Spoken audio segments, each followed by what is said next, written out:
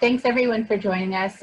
Once again, this is Nikki from PRPS, and pretty much leading this roundtable for us are Todd Roth and Kristen Ziegler, who are the experts in the field, not me. I'm just here to make sure that the Zoom recording takes place, which we will send you after the fact, as well as the chat box text. So if you cannot speak up, or if you prefer to put your comments or questions in the chat box, please feel free to do that.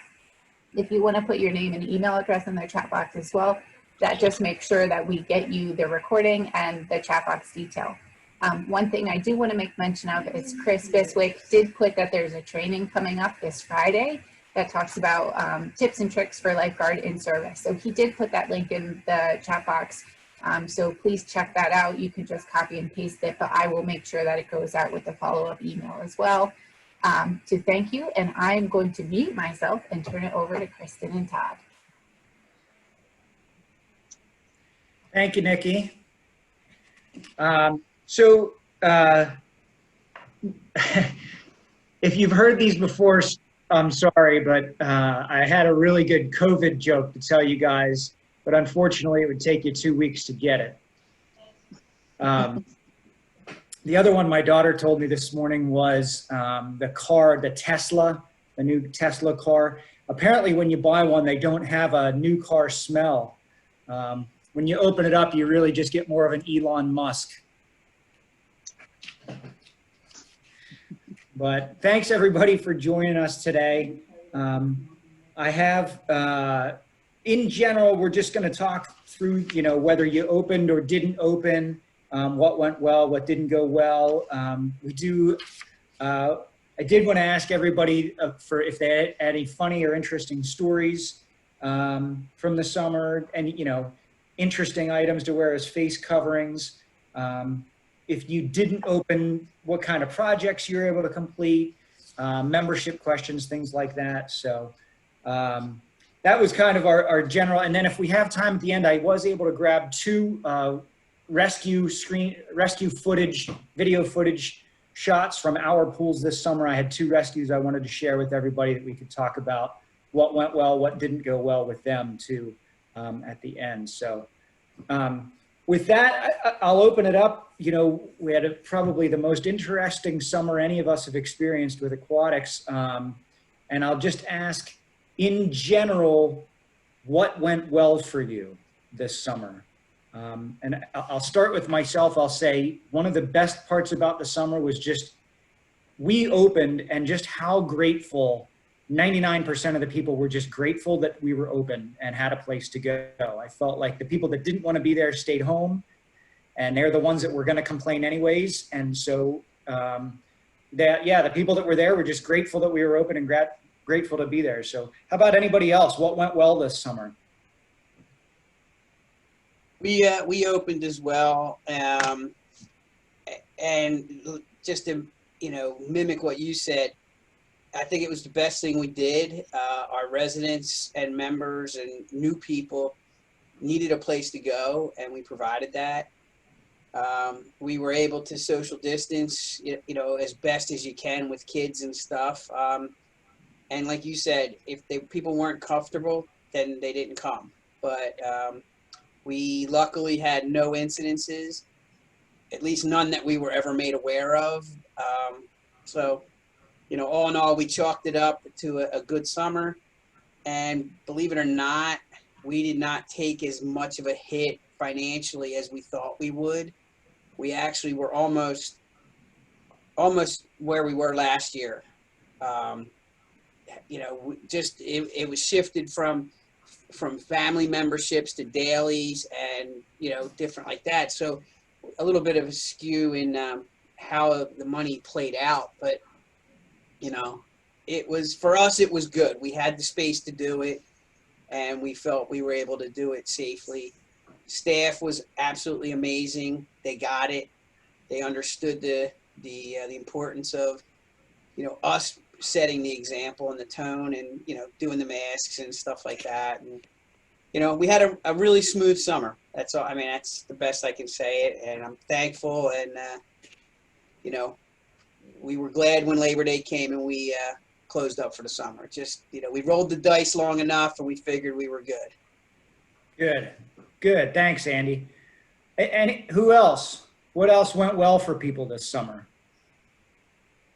Hi, good morning. My name's Margaret. I work for Parks and Recreation. We had a kind of a strange beginning, middle, and ending, but basically we were tasked to do water safety instruction in the classroom. And American Red Cross has a wonderful video, if anybody's interested. It's called Longfellow Whale Tales. And it worked really well. Reception was iffy at some places, but so enthusiastic at other places that I started getting the kids to draw me pictures of what they learned. And then the teachers would take pictures of it and send it to me.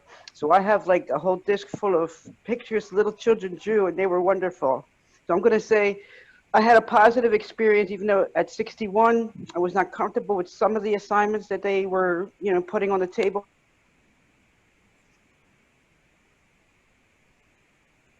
Oh no. Margaret, we lost you. Margaret froze. Longfellow's Whale's Tales. I mean, It's been around for. yeah, that's been around for a long time. It's great to hear that it's still being used a lot. Yeah, upgraded, updated. It's wonderful. It really is wonderful. If you get a chance to get it, get it. That's fantastic. Good. Thanks, Margaret. Who else? Good things that happened. This is Audrey. Same as what you've mentioned, Campbell Borough Pool was able to be opened. Like you said, the people who came were very grateful, especially since a lot of them didn't go anywhere on vacation, so this was their vacation spot. And they abide by the rules. All the staff abide by the rules and guidelines that we had to follow. So, but yes, like Andy said, Labor Day was a relief, to say the least, that we got through it. So I'm going to say I'm jealous of you all a little bit. We opened late. We didn't open until like June 27th. And because of that, we actually, for the first time ever in 50 years or whatever, we stayed open later than Labor Day. We actually stayed open till September 27th in the hopes that, you know, an extra couple of weeks at the end would make up for what we lost in the beginning. And, you know, on the back end, well, maybe we don't have to issue refunds for partial pool pass use or whatever it is. So did anybody prorate passes if they were open only a partial part of the summer or anything? We did a little bit, but in all honesty, we only lost like 7 days because we typically open Memorial Day weekend. This year we opened like, I don't know, the 18th or 19th of June, which is right when our big school district pretty much closes up. So we only lost we would weekends only until then. We discussed it at length, staying open like you did a couple weekends, and it would have been weekends only into September. But, you know, with losing staff and with so many of my staff not even sure how they were going back to school. Some was hybrid, some was in person, some was, you know, and a couple of my upper senior management were school teachers. And to be honest, they weren't even sure at a certain point how they were even going to be teaching. And yeah, it just, you know, looking at the cost of it and the fact that we only lost like 7 days, I kind of vetoed the stay open weekends into September. I just didn't think that the risk was worth the reward in my case. And like we said, I got through. I didn't want to take a chance for a couple more days. But it did come up, and it was not a heated debate, but it was definitely a hot topic. yeah. But at the end, You know, interesting you mentioned staffing, because that's what that's what drove our decision in part. You know, obviously we want to serve the public as best we can, but I had maybe a quarter of our staff. We had about 100 people this summer, down from 150 that were working for us. And about a quarter of them came to me and said, we want more hours. Like, because normally they have all of June and they didn't have any hours in May or June this year. And a lot of them came to me and said, you know, if we stay open, I would absolutely work. And that's what normally mid-August, we're losing staff left and right. And this year they were still around. They were still interested in working. The ones that were going to virtual school were freer to work. A lot of our sports didn't go. Marching band didn't go. So a lot of that stuff, or it got delayed a couple weeks. So we ended up having more than enough staff to stay open, again, for the first time ever. Normally we're losing them. And so hearing my staff say, yes, yes, let's stay open, when normally mid-August they're like, no, we're out of here, we're done, we're burned out, whatever it is, was one of the things that drove us. And we were busy. We were really busy. Now, on weekdays, we opened from 4:30 to 6:30 only. And I would say 3/4 of our attendance was lap swimmers, just trying to get in some stuff for the end of the year. And then we were open on weekends, and that went by the weather. If the weather was nice, we were packed. And I say packed, we were packed to our COVID capacity. But you know, a couple of days it wasn't as nice, or it was a little colder, and nobody was there. So Todd, financially, how did that play out for you? We lost. Now we have 2 facilities, and we only kept one of them open. We closed one of them and kept one open. But we did not make enough to cover the cost of staffing. But if you look at that we didn't have to refund pool pass money, right? We stayed open. I think we probably broke even with that. But overall, we lost this summer, regardless. Just the cost of operating all of our facilities and staffing all of them. We ended up kind of in the hole this summer for the first time in about 10 years.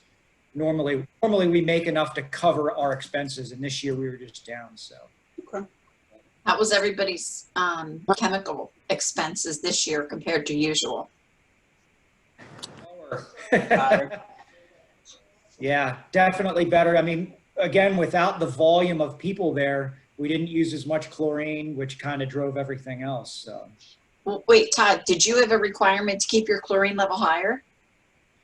I didn't have a requirement. I imposed a requirement. I mean, normally I operate about 2.5 parts per million, and I kept it at 3 or above all summer.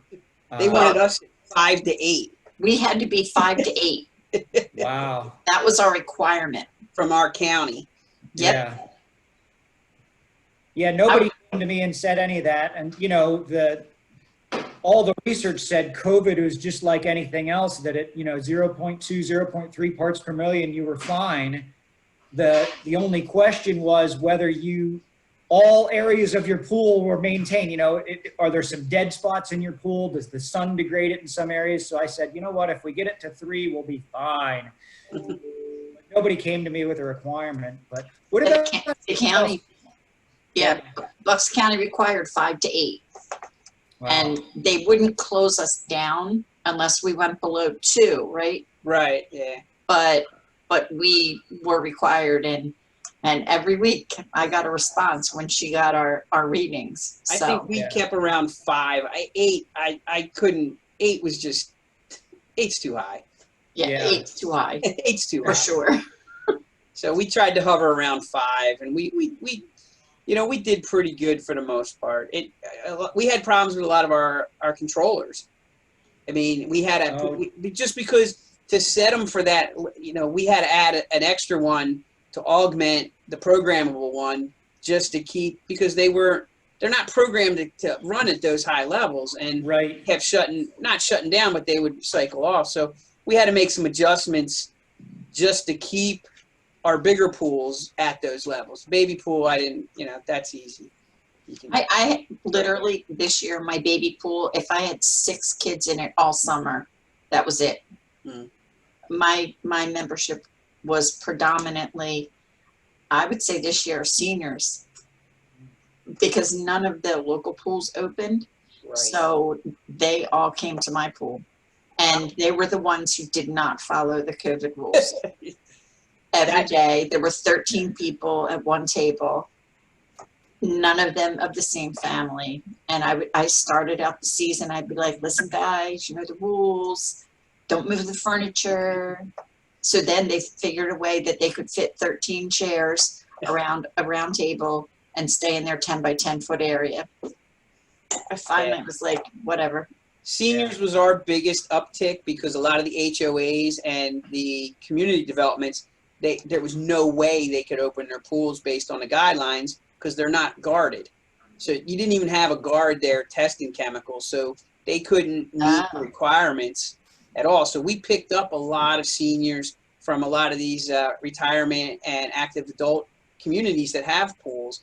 Mhm. Now I expect to lose a good majority of them next year when their facilities, when their pools in their complexes open back up. But that's, that's fine.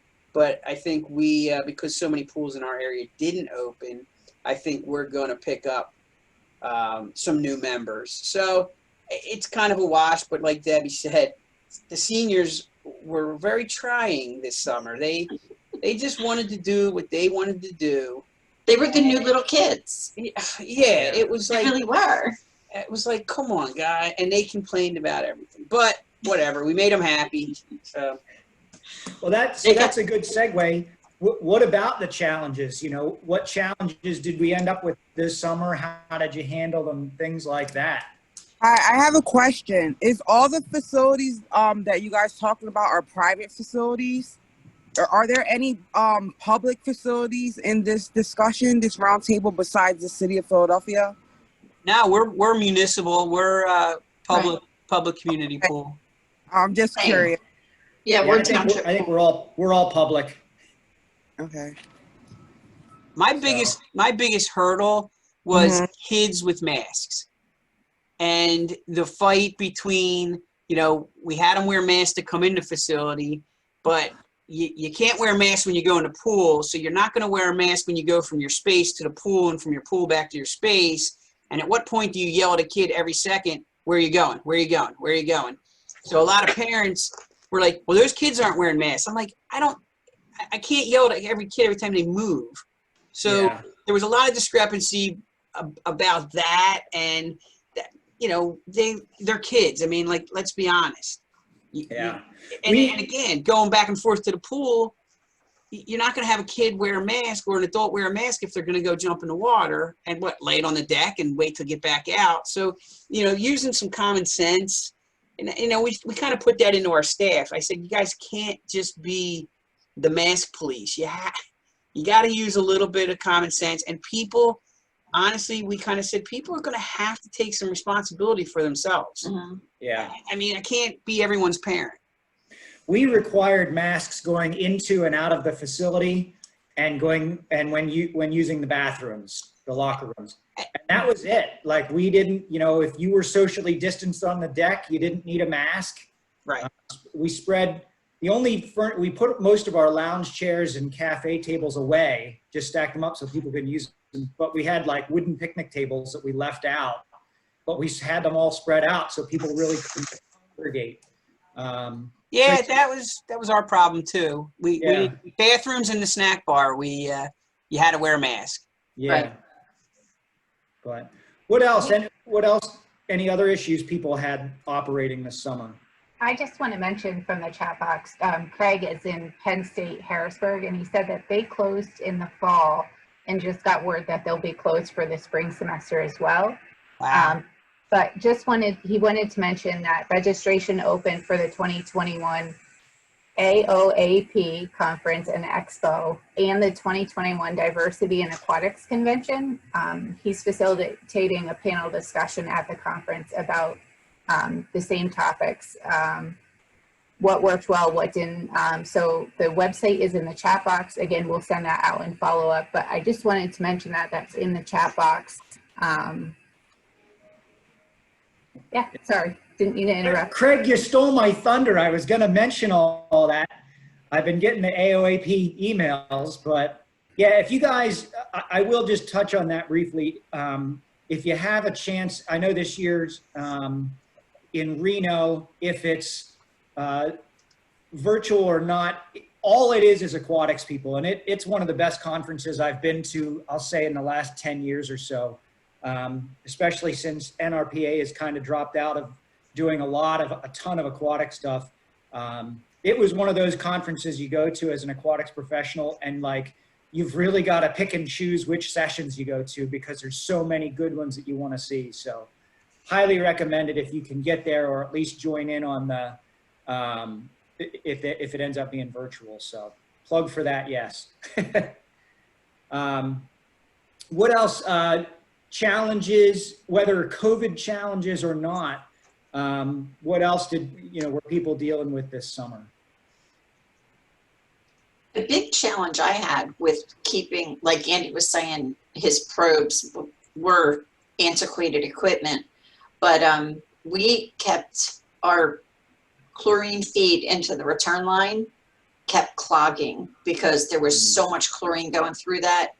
So we were getting a chlorine delivery every week. We had to like literally disconnect everything and use a screwdriver to open that line up. It was just like, it was almost like a piece of chalk in there once a week, just from all that chlorine going through.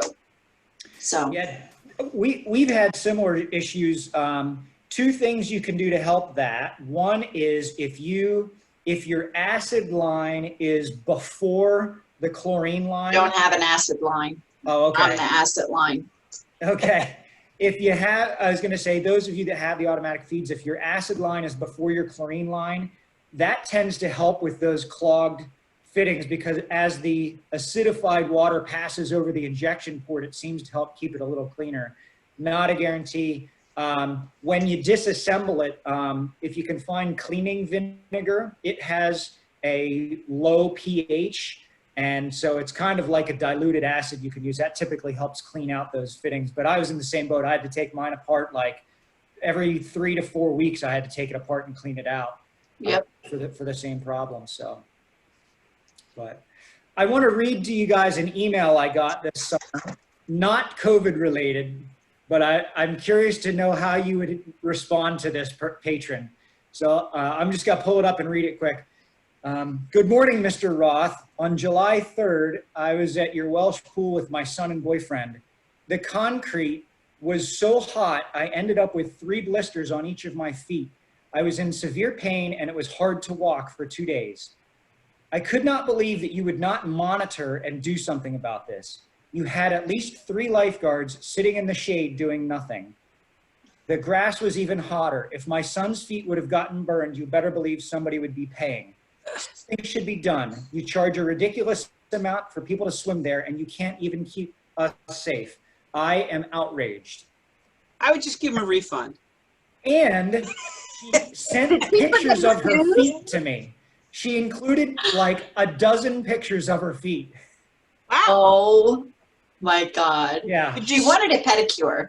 I would just say, I'm sorry, but this facility's not for you. So, well, in my response, I did offer her a refund, which she never took. She never replied to me. But essentially, it was, many of our patrons choose to wear flip-flops on hot days, and I gave her the phone number and address for 2 of our local indoor pools. Yeah, that's just somebody that needs to complain. I mean, that's you're an outdoor pool. I mean, let's face it. We're not in Texas. Yeah. I've been in Texas where I went on a pool deck and the pool deck had to be 115 degrees. Pennsylvania, it doesn't get that hot. I'm sorry. Yeah. And obviously they don't go to the beach. Yeah, well, I know. I'm like, at least there's no like broken glass or cigarette butts. But how about anybody else have any good stories, whether it's COVID related or not, things that happened this summer that you were like incredulous or in shock or? Nothing shocks me anymore. I mean, I had a gentleman who I actually, before the season, told him my pool was not really for him because he was telling me how masks were communist and all that. But he finally succumbed and did wear a bandana around his face as he came and went every day. But he would come every day to the pool and promptly cover his car, and he usually parked in a handicapped spot. One day the handicapped spots were taken, so he parked under the tree and covered his car. He went to lunch over at the country club and came back, which he usually did. And he was absolutely livid. He told me, I must come with him. I must come with him right away. I went outside. Someone had parked close to his car door. He told me that he was being bullied, that someone deliberately did that to him. And I needed to run the plates of that car immediately because he could not possibly get into his car. And they did it deliberately because he has a nice car, and on and on and on. And I needed to, and I said, I can't run plates. I am a township. Because that we have that at our disposal. Yeah. We have, you know, we're into that system. Yeah. So I said, are you getting ready to leave now? I said, I'm sure no one did it on purpose. Are you getting ready to leave now? No. But when I'm ready to leave, then I said, well, then I guess you'll have to make the decision if you want to call the police.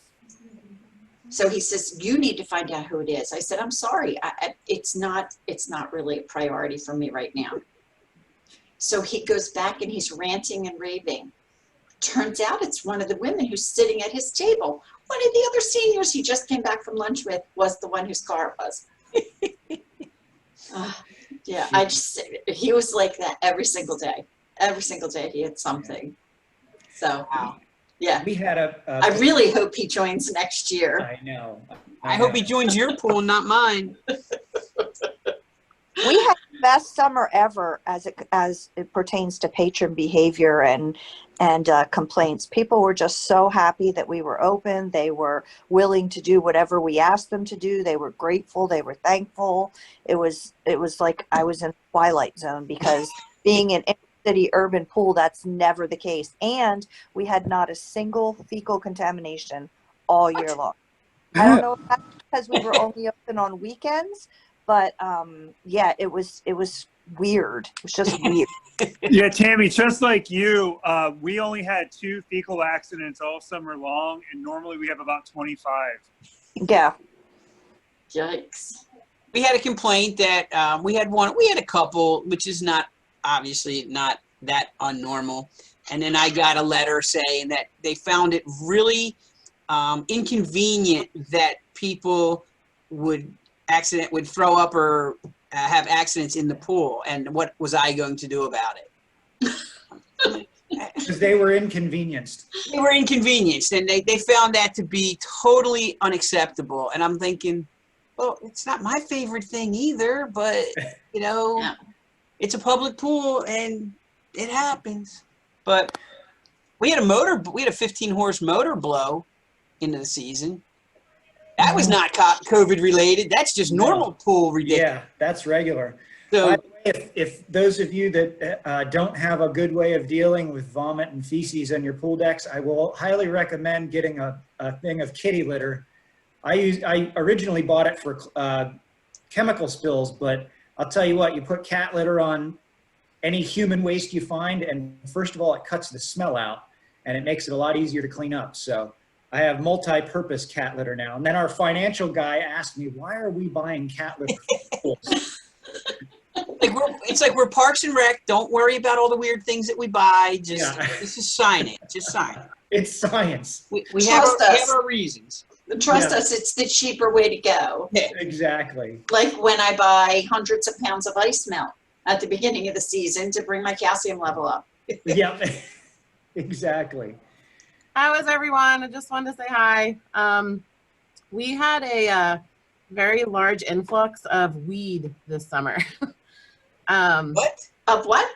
People smoking marijuana in the park. Marijuana. Of course you did. So, as you guys are familiar, in Southeast, we didn't have a lot of pools open. So I don't know if it was out of towners, but we literally called them the 420 boys, and the police were there often. And basically, you know, I couldn't have a 16-year-old saying, hey, you look like you're under the influence. We can't allow you in the pool. So then I was told that if they're not causing a ruckus, you know, that it was okay, which was totally everything against we're doing. But the smell was awful. You know, we're supposed to be a family-oriented facility, and, you know, you could just see the puff of smoke come from the parking car. Like, it was awful. After we had the police there a few times, they're supposed to stop by anyway randomly, but I don't think we had a problem in August, but July was pretty bad. I mean, they were there for like 2 or 3 weeks constantly. And they paid the daily rate, which just cracked me up because I was like, why don't you just get a membership? But whatever. So I just want to ask, because the governor and lieutenant governor have been on their push for legalizing recreational marijuana, then how is that going to impact you? Well, the problem is, I think, is Philly, it's not a crime. I forget the whole verbiage, but these people were coming from the Philadelphia area, and it is like, I think a small amount is not considered a violation anymore. I forget, but they weren't local, and so that made our residents angry. But we're not, you can't say you can't come to the pool just because you're not in our zip code. I know Quakertown did that. Towards the end of the summer, they ended up only allowing certain, like the school district zip codes to go to the pool. We never had to do that, but it was a concern. I mean, it was getting ridiculous. Some of our kids, it was one of those things where like, a lot of the staff had never smelled it before. It was just, it was rough at some days. So that was my fun. Yeah, what's that smell? Never mind. Well, if your water slides and diving boards and spray features are closed, you've got to find some sort of entertainment value for your patrons. So ours were open, and we actually had to fire a staff person because another fun story, somebody had their cell phone down the twirly slide and they dropped it, and our lifeguard goes, well, that's stupid. And somebody videoed him, and we had to fire. I have plenty of stories if you guys are free. Yeah. Well, these were not on the evening news, Meg. No, just that one time. So I am curious, for us, we closed our water slides and our diving boards, but we had our spray features and our climbing wall open. The thinking behind it was the railings of the slides and the diving boards could not be sanitized in between, but the climbing wall and spray features were covered in chlorinated water, which was sanitary. So that was kind of our thinking. But how about everybody else? What was open? What was closed? We closed our slides. That was it. We kept our slides open, and our county official had no problem with it because the water running down it. Yeah. I kind of put it on our county health official, and I said, what about slides? She goes, funny enough, she says, yeah, the slides, and then it was like a cargo net climb to get up to it, not steps. So we literally got a little small pump sprayer, like you'd see for weeding, and used a neutral disinfectant, and we would go up every hour and just spray the netting. She was fine with that, but we had a zip line thing, like an aqua zip. She made us close that. I was like, all right, I mean, if you're okay with that, then so that was her call. And our slide's not super crazy packed, but we disinfected every hour, which was well above the recommendations. We just worked it just worked out easier with our rotations that we went out, and we got those. They were like $10 for like little, I don't know, 2-quart pump sprayers, garden sprayers, pressurized, and then just misted everything, we like handles in the restrooms. We did. The guards found it easy. Originally we had an electric backpack mister that you plugged in, and it did what I wanted it to, but it just didn't work for the guards and to do it quickly. And so we made some modifications, spent a bunch of money on different things, and found these $10 pump sprayers. Guards just walked around with them like, and we were fine. But slides open, zip line closed, with no diving board. So our all of our features were open. Again, our inspector came out. Andy, I think we have a different one than you, but we chalked it up to the playgrounds were open. So how is it any different? And at least in the pool, you're covered in chlorine most of the time. Right. So, we didn't have anything closed. We ended up putting 6-foot markers on the steps leading up to the slide. And everything was okay. We actually were very lucky. We didn't have any like direct cases of anything. Our staff was okay all summer, so we were happy. Did anybody have to send any of their staff home? I had to exclude one of my best lifeguards because while she was on vacation in North Carolina, it was added as one of the hot spots. So when she came back to work the first day, and I said, "Oh, how was your vacation? Where did you go?" And she said, "Oh, it was North Carolina. It was amazing." I was like, "Oh, we need to talk." We did the same thing. Anybody who went to a hot state, you know, I just informed my staff right away. Understand, if you go, you're off the schedule for the next 10 to 14 days. And, you know, we had a couple, and they understood. They weren't thrilled, but they got it. So we caught them before they went and just explained to them. Well, the rest of them learned from, unfortunately, her. Or they just didn't tell us where they went. But, you know, Florida, North Carolina, when they hit the hot states, which is where a lot of people from our area go, we just pulled them off the schedule. Yeah, I think we did 10 days if they had no symptoms. Skimped off a couple days on the end of it, but I had 2 guards that did that. They came back and they were willing to go get a test. So they just came to me. They were only out for 2 or 3 days till they got the results of their test back. And then they were fine to work. I had 2 towards the end of the summer that tested positive. And I think both of them, it was after all the Penn State students came back to school here, and both of them went to parties and got it. And so for that, then I had to work backwards and find what staff had worked with them, like the contact tracing route. That was actually more of a pain than just not scheduling somebody or whatever. So, but how about everybody else for staffing? How were you on staffing this summer? I know a lot of people tend to struggle to find enough lifeguards. I know for us, we had enough to go around. It was great. I mean, first of all, our capacity was limited, so we didn't need as many, but beyond that, I had a lot of kids really hungry to work. So how about anybody else? we brought on 10 new young guards this year. A lot of them from our swim team and stuff like that. So we had a big influx of 10, you know, they were on the younger side, I mean, which is always interesting in itself, but we lucked out, all very responsible. And hopefully I have them for the next 7 years or so at this point. But I had a summer where I didn't have to really do anything at the end. I had those young guards to fill the gaps.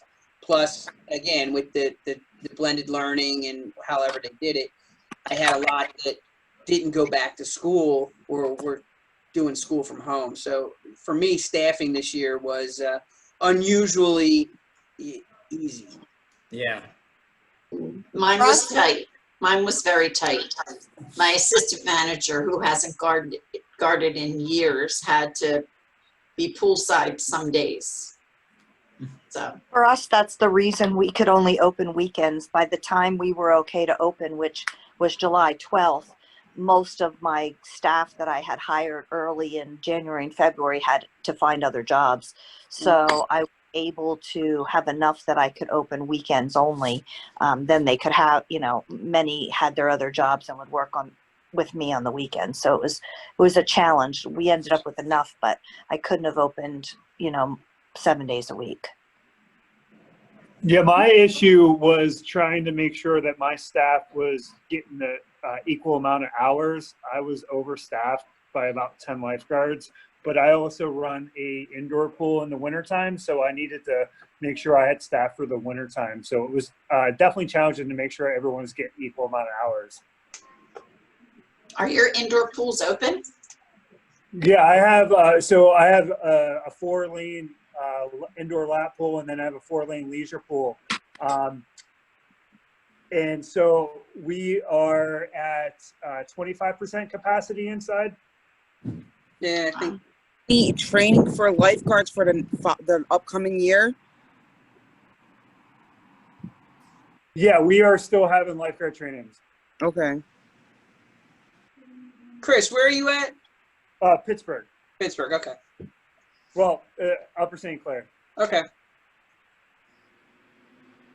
Yeah, I was going to ask everybody if they made any significant modifications to training. I know there were a lot of recommendations out about how to go through the training. And I did 2 lifeguard classes where we just used blended learning and then safety precautions during the actual training itself. Everybody had their own mannequin, that kind of thing. But what about anybody else? Any changes in training protocol or in-service protocol?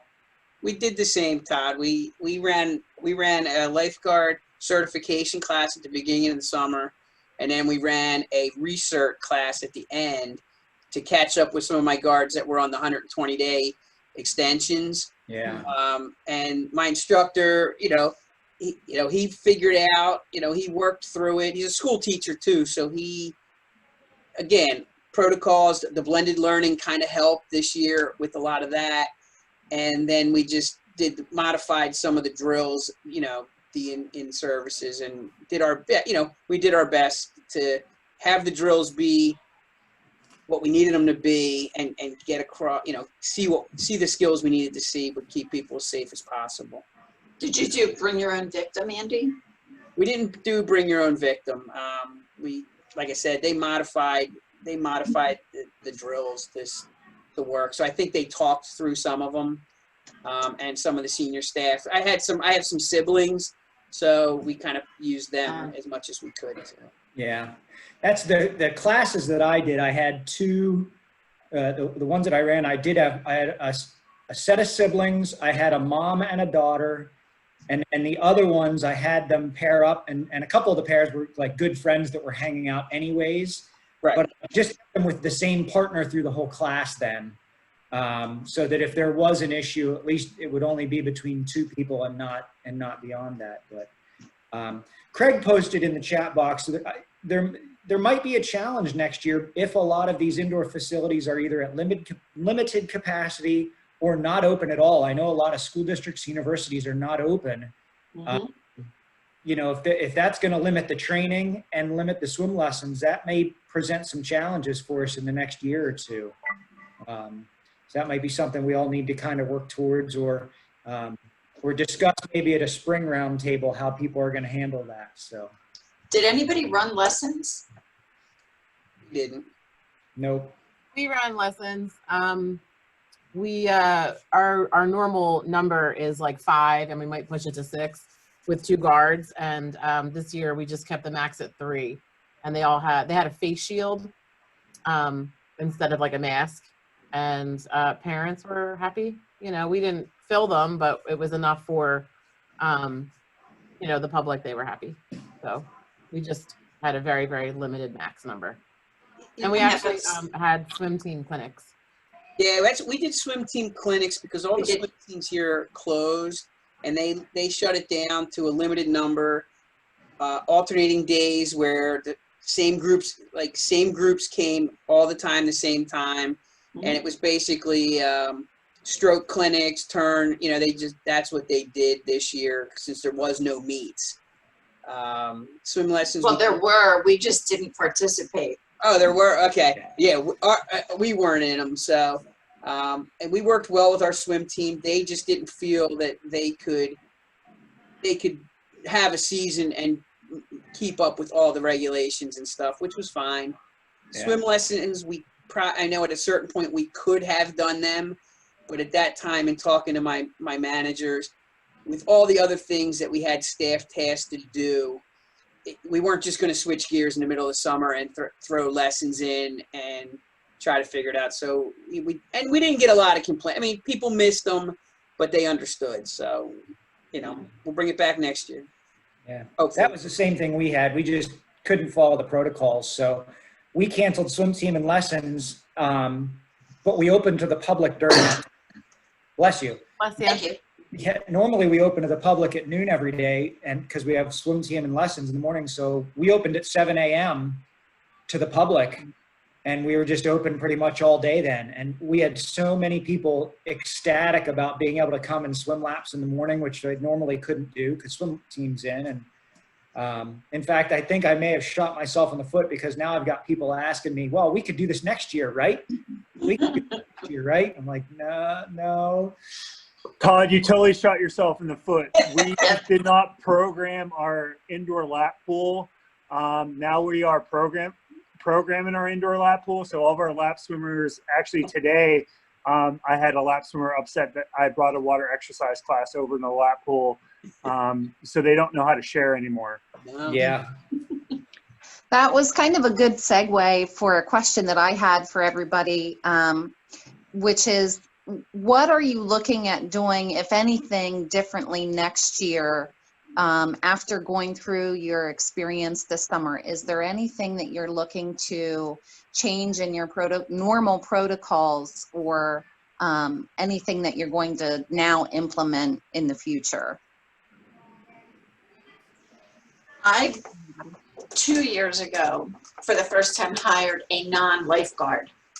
And it was a person who basically went around and cleaned up and got umbrellas and helped with, we have camp programs that come in and out. So putting up tents, taking down tents. Like a maintenance guy. Pretty much. This year we had 2, just to keep up with that, because I didn't want my lifeguards, because there were so few. I was at like 70% of my lifeguard staff. So in order to keep the lifeguards just guarding, I had 2 people doing that, and that's something that I will absolutely continue. The members loved it. When I asked for any kind of feedback, they just thought that that was the greatest thing in the world. They felt like, you know, they were like they were at a country club when they walked in and someone immediately got them an umbrella and their table was being cleaned, Hot towel. right before they came. And so, yeah. And it did make my life easier, because the guards could focus on guarding, and I could do different rotations where they could do, like, be up for 45 minutes and then down totally for 15, instead of like up 15, down 15, trying to get them to do trash and all that. So that's definitely something that I'll be keeping. And I need to increase my lifeguard salaries for sure. I definitely I'm know sure that. we all do. What's happening? Wasn't there supposed to be a vote in 2020 about the increasing like 50 cents every 6 months until they got to like $12? Whatever happened with that? I know it's coming. I hope nothing. I'm not familiar with that voting, but I'm actually working on a survey for, and I'm hoping to do a survey on all aquatics positions. So everybody from pool manager to head lifeguard, lifeguard attendants or cashiers, and even pool patrol or security guard.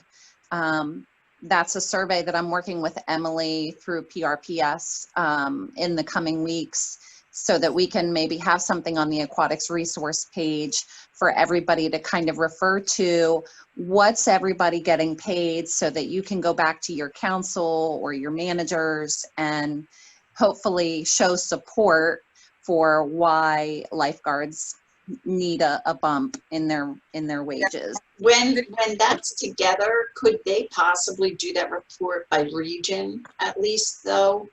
Because I think that's going to make a big difference. They're not going to care what you guys are paying your lifeguards. They're going to care more what everybody in my area is paying. Right. So short of us having to filter it out ourselves, just a suggestion, when the information is collected, kind of, what county are you in? Because we're going to probably look at like Bucks, Montgomery, and Philly for hours. Philly is $14.53 for a new lifeguard first year starting. How much? What is it? $14.53 an hour. Whoa. Okay, Kristen, don't put Philly in our No, absolutely not. I have a question. That's though. awesome. Since your facilities were open, did you guys allow third parties, I'm talking about day camps, nonprofit organizations, come into your facilities during the daytime, or did you use it strictly for members only? We had no outside groups this year. Okay. We had one daycare. They had like 20 kids. That's right in our thing, and we only did one, and it went pretty good. They but we kept it. We just wanted to see how it was going to go, and it went. They came 5 times the whole summer, so we gave it a try. We had 2. We had a daycare come, just like Andy. They only had like 15, 20 kids. I don't know what it was like in everybody's county, but we had to have designated spots, literally spray painted on the grass when they came. So we just made sure that they had enough spots. They were set aside. And then we had one outside school visit. And same thing, we made sure that there was one adult per their 5 kids. We just had a very, very strict limit where normally it wouldn't have been as, yeah. So my second question is, did you let the public swim during the same time these outside facilities came in, or no? Yes. Okay. It was open. They were just like members coming in. So we didn't have any private parties or things like that, but we did have the one camp, and the one camp that visit, they were for the day, but the other small camp, they bought memberships. So they were physically members. That's a good question. Yeah, we had no camps, no groups, no birthday parties, no rentals. We kind of canceled all of that for the summer. And a couple of people were I had one camp that normally comes that couldn't, and they were a little upset. And then not doing like pavilion rentals, a couple of people wanted to do birthday parties at the pool. I was like, sorry, no. And they understood, but yeah. Was there anything else from anybody else on this? Andy, you're mute. Sorry. For any other implementations for next year that came up this year for you? We actually, some of our cleaning or hand washing stations, which probably is something we should have done 10 years ago. But now we have it in, we're going to just keep it. I mean, it makes sense. It was not that expensive. And so we're just going to have hand sanitizing stations, probably more at the exits and entrances of the restrooms and at the snack bar. Again, it was a really simple addition. And at this point, I don't see any reason to take it away. I mean, it just makes sense. So. And Andy, you're not talking about the ones that you can rent from like the Porta-John rental place with running water. You're talking about just maybe a table with some hand sanitizer on it? We actually bought, they mount onto the posts, and it's one of those little push things. It's like an IQ foam. I think that happened to be the brand. You just push it, put some foam in your hand, and it's a pretty simple. They last a long time. And again, they weren't expensive, so in the long run, I don't see any reason to take something like that away. We ended up putting out, I think, 6 tables with a gallon of sanitizer, and I have 5 gallons left. So I can tell you that we put them out there, but nobody used them. But the one comment I was going to make, we were 50-50 about the furniture. Some people were happy not to have any furniture. It made the pool look bigger, so they were happy to bring their own. But then other people complained, but we always get a complaint that we don't have enough furniture. But this year it just, it made the pool look a lot larger since we didn't have any furniture. But some people were very happy to be, but they were always able to bring their own chairs in. It's right. Just they had to. So I don't know what we're going to do in the future, but, we also allowed people to bring in their own tubes for the lazy river. Once we're at normal operating capacity, we're not going to allow that just because they have to be our brand. But, people took advantage and brought in crazy rafts and, everything else, which we had to nix early on. But they were happy that they got to bring their own stuff in for a little while.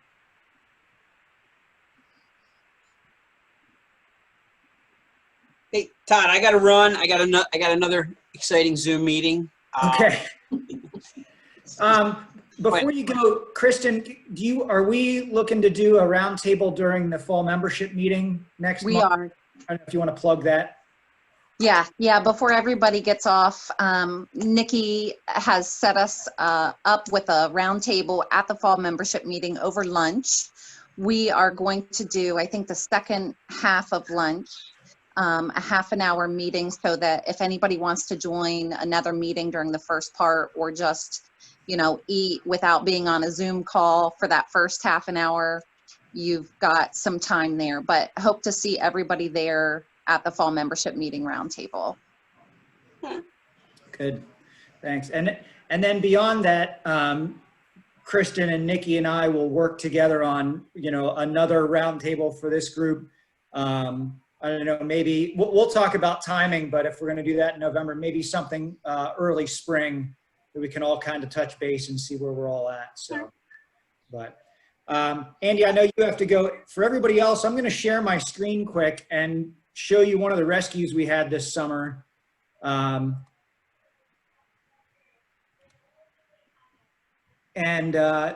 Just talk through, this is something we used then in our in-service training.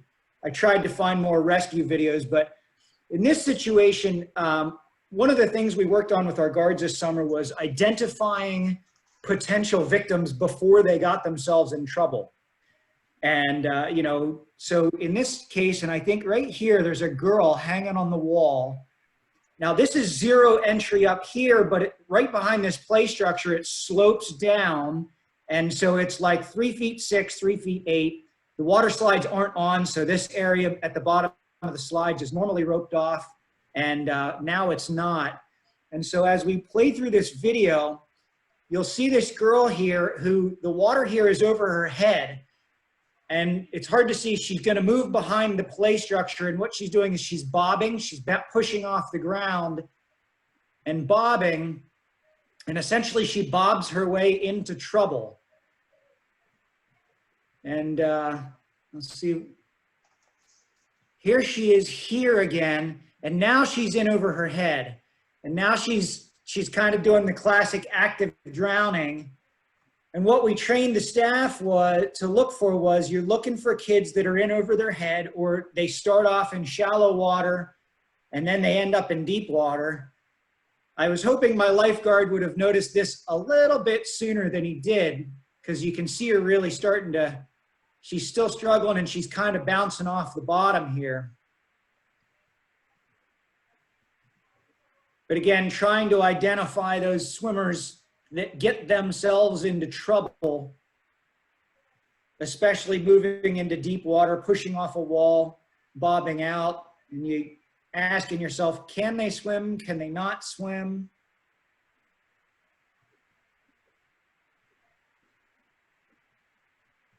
She's really struggling here.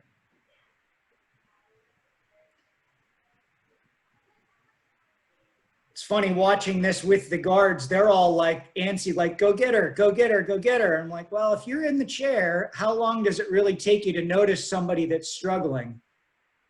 So James, that's James, he just shifted his position. I think he's kind of watching her now. Now he's gonna hop down and get in and help her out. But that was one of the videos we showed about, again, watching for swimmers who just get in too deep.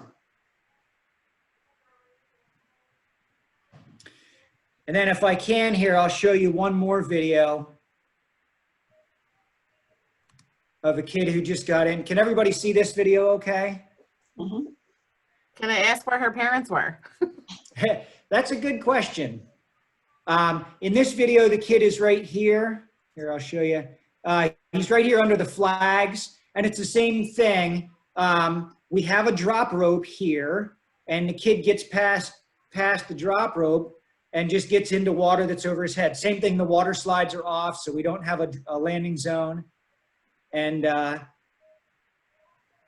here, this is Gavin. And again, the kid just went right under the rope, got in too deep.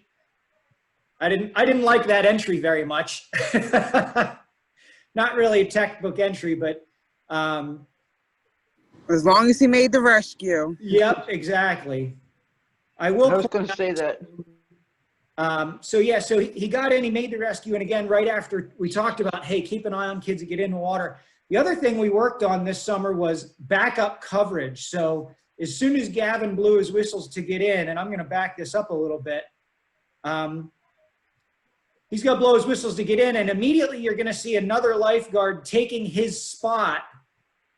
This is one of the things we worked on. So the other rescuers that come up, we've got another lifeguard providing surveillance within a couple of seconds here, which is good. So she comes in and she's providing surveillance, and then the other guards will come in to see if he needs assistance. So we really worked on that backup surveillance for that zone. and then providing assistance for the guard that's in the water. So just wanted to share 2 of those good, hopefully training ideas for you in the future. One of the things we didn't get a chance to touch on today, but like Chris mentioned, we're going to talk about at that meeting on Friday would be lifeguard in-service ideas and things like that. I think that's something we can always find new ideas and new topics on. So, and thank you, Megan, for your kind words. But so that's kind of our time for today. Again, thank you everybody for joining us today. And keep your eyes open for future meetings that are coming up. I know Chris and Craig both posted links to things, meetings that are coming up. Kristen or Nikki, did you have anything else to add? Nikki, do you think you'll have the email sent out with those links to the training on Friday soon so that folks can check that out? I can try to get it done either today or tomorrow. So yeah, before Friday for sure. Before Friday. Yep, Perfect. it is in the chat box, the link for Friday. I posted it again. Chris posted it at the beginning, but I will try to get that out today or tomorrow morning. And the only other thing I want to say, I know someone mentioned about sharing the information for, I think, the Aquatic Branch meeting. The information for the fall membership meeting and mini conference will be out in today's scoop. And then we'll follow that up with some additional emails within the next couple of weeks, starting today. So registration will open for that today. So, thank you guys for leading an amazing roundtable, and again for doing what you do. Thank you. Thanks, everyone. Thanks, Todd. Thanks, everybody. Bye-bye. Thank you all. Have a good day. You too.